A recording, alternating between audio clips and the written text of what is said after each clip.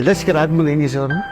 2020 sir life పెద్ద U turn తీసుకుంది లైఫ్లోనే. నేను మనుగూరులో ఉండేవాడిని సార్, భద్రాచలం దగ్గర మనుగూరు అని ఒక ఊరు ఉంది సార్. నేను బీటెక్ మెకానికల్ చేశాను, ఎంటెక్ ఎనర్జీ సిస్టమ్ చేశాను. దెన్ ఆఫ్టర్ సోలార్లో కొంచెం జాబ్ చేస్తున్నాను. మా ఫాదర్ ఒక గవర్నమెంట్ ఎంప్లాయీ సార్, సింగరేణి, మీకు వినే ఉంటుంది కదా సింగరేణి.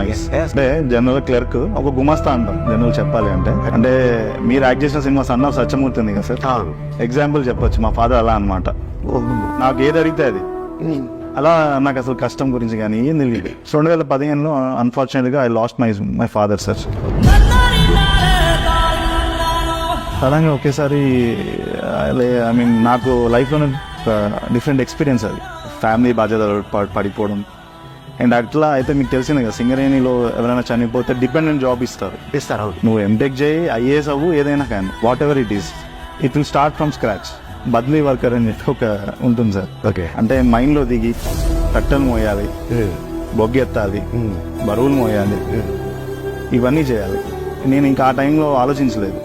అంటే మా మదర్ గురించి నేను ఇమీడియట్గా ఒక 5 years సింగరేణిలో వర్క్ చేశాను సార్. ఎప్పుడు మా ఫాదర్ చెప్తుండేవాడు అనమాట, నలుగురికి ఆపర్చునిటీ ఎప్పుడు ఇస్తూ ఉండాలి.